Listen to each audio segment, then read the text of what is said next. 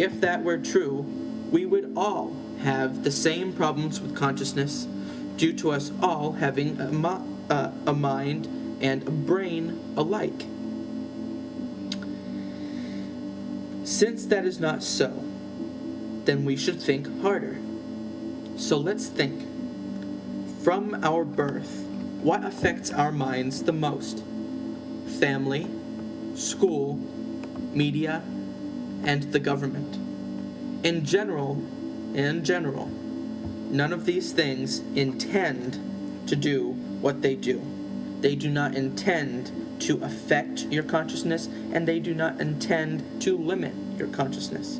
Your family does not intend to limit your consciousness. School was not intended to limit your consciousness. The media was not intended to limit your consciousness, and governments were not intended to limit your consciousness. There is no doubt that they all do, as I said. But either their current or original intentions were not to limit your consciousness. All of those groups answer to a higher authority. And it looks somewhat like this. At the very bottom, you have family. And the family responds and has to look to a higher authority in the school, the media, and the government. The reason why the school is because of children. The reason why the media is because the media can screw with your life so much, so you have to be obedient to whatever it wants. And the government, and we all know why we have to answer to the government. It's just because. And then schools answer to the government. Media answers to the government. But what does the government answer to? There are many conspiracy theories about such groups as the Illuminati or the NWO. What I don't know is truly who is in charge, but I do know that someone is, and I know that we need to take them down. Blame your family the least, because not only do they answer to the media, the school, and the government, which puts them at the very bottom of the food chain, but they were brought up with limited consciousness just like you were intended to be, and believe they are doing best by you if they are correctly following others' orders, their superiors' orders. Then there's schools, which were created to teach kids and get them ready for their future. Just like the family group, they believe they are doing good, they are doing the right thing if they are following orders. Not only are most schools government run, but nearly everything, not just the funding and the expectations, but nearly everything is decided on by the government ultimately in a lot of schools. If you can find me a school that isn't government run, I'll be very happy. Both the family and the school groups are in belief that without school, you cannot do anything with your life.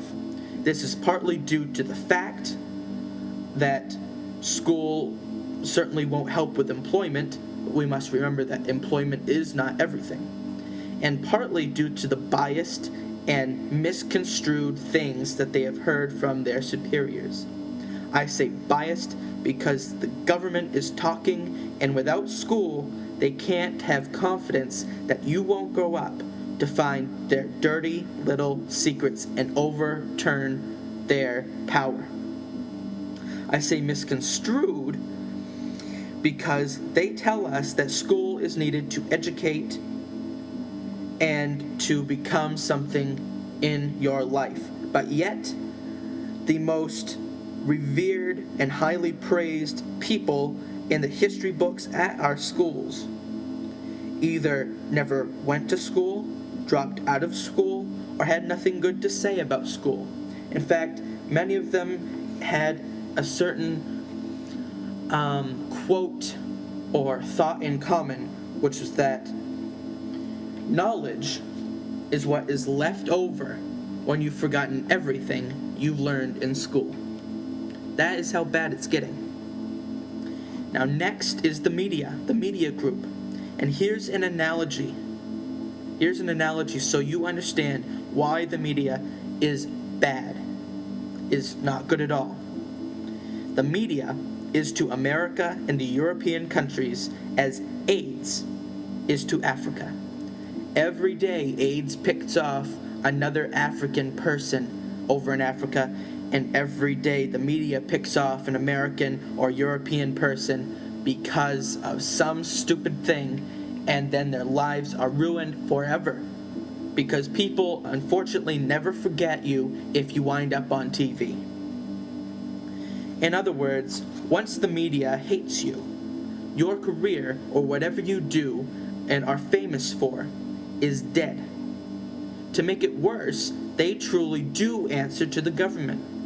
This is why, in America, presidents, no matter who they are, Democrat or Republican, Green Party, Independent, if they get into office, they make the same mistakes, which are seemingly mistakes, but I have my suspicions as to whether or not they're actually mistakes.